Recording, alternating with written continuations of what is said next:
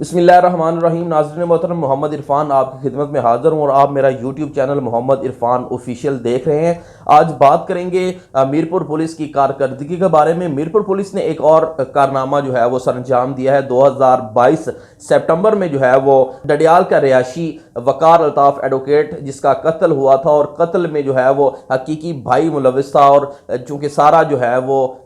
मनसूबाबंदी जो है वो सगे भाई की थी। सगे भाई ने बरतानिया से बैठ कर जो है यहाँ से जो है वो किराए के कातिल जिनको कहा जाता है उनको बुक किया और अपने ही भाई को जो है वो कत्ल करवा दिया, जिसके पीछे जायदाद का तनाज़ा था। बहरहाल जो है वो 2022 में वकार अल्ताफ़ एडवोकेट का कत्ल हुआ। एक हफ्ते के अंदर अंदर जो है वो FIR दर्ज होने की एक हफ्ते के अंदर अंदर जो है वो SSP इरफान सलीम की बनाई गई जो कमेटी है, जो बनाई गई पुलिस की टीम है, उसने जो है वो कातिलों का सुराग लगा लिया और जो है वो कातिलों को गिरफ्तार कर लिया। उनमें से जो एक बंदा था वो जो है वो मफरूर था, वो रोपोश हो चुका था, जिसको इश्तिहारी भी करार दिया गया, जिसको जो है वो इन दिनों गिरफ्तार कर लिया गया। और SSP इरफान सलीम ने जो है वो प्रेस रिलीज जारी की है। उन्होंने ये कहा है कि जो है वो 10 सितंबर 2022 को वकार अल्ताफ़ एडवोकेट को जो है वो हकीकी भाई की ईमा पर जो है वो कत्ल किया गया था। इसके बाद मैं आपको थोड़ा सा ये भी बताता चलूँ कि जो मुलज़िम जो है वो मुजरम इश्तिहारी करार दिए जाने के बाद जो है वो मफरूर था, उसका और बरतानिया में इसरार नामी जो वकार का सगा भाई है जिसने कत्ल की मनसूबाबंदी बनाई थी, उसने और इस मफरूर जो है वो मुजरम ने यहाँ पर तूल की जो एहलिया हैं सहरिश बीबी, उनको जो है वो 12 धमकाने की भी कोशिश की और 3 मजीद बंदों को जो है वो क्लाशनकोव देकर भेजा और क्लाशनकोव के ज़रिए जो है वो सहरिश के घर पर फायरिंग भी की गई, उनको डराने धमकाने की कोशिश की गई और उनको ज़दोकोब किया गया और ये कोशिश की गई कि वो इस घर को छोड़ दें। वो जो कत्ल में मुलविस जितने भी मुलजमान हैं गिरफ्तार हैं उनकी रिहाई के लिए जो है वो बयान दे दें, ताकि वो जो मुलजमान हैं जो थाने में हैं और उनका ट्रायल चल रहा है उनको जो है वो थाने से जो है बाजियाब करवाया जा सके। एक पूरा ये मनसूबा जो है वो चल रहा था, लेकिन पुलिस आखिर पुलिस होती है, कानून का जो है वो दायरा बहुत जो है वो वसी होता है और कानून की जो गिरफ्त है उससे कोई बच नहीं सकता। जिस दिन ये वाक़या हुआ फ़ौरन जो है उसके बाद थाना डडियाल में FIR दर्ज करवाई गई दहशतगर्दी एक्ट के तहत, जिसके बाद जो है वो तमाम चेक पोस्टों पर